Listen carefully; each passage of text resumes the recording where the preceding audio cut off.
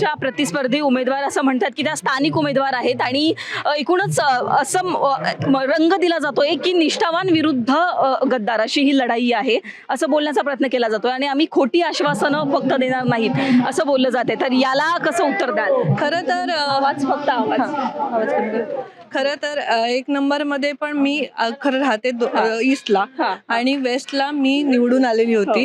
तर तिथे पण मला एक्सेप्ट केलंच होतं आणि मी तिथे एवढी कामं केलेत. त्यांनी मला माझी स्वतःची फॅमिली बनवली होती. त्याप्रमाणेच मी इथे काम करते. तर मला असं वाटत नाही घरचं आणि बाहेरचं असं लोक बघत नाही. लोक कामांवरती विश्वास ठेवतात.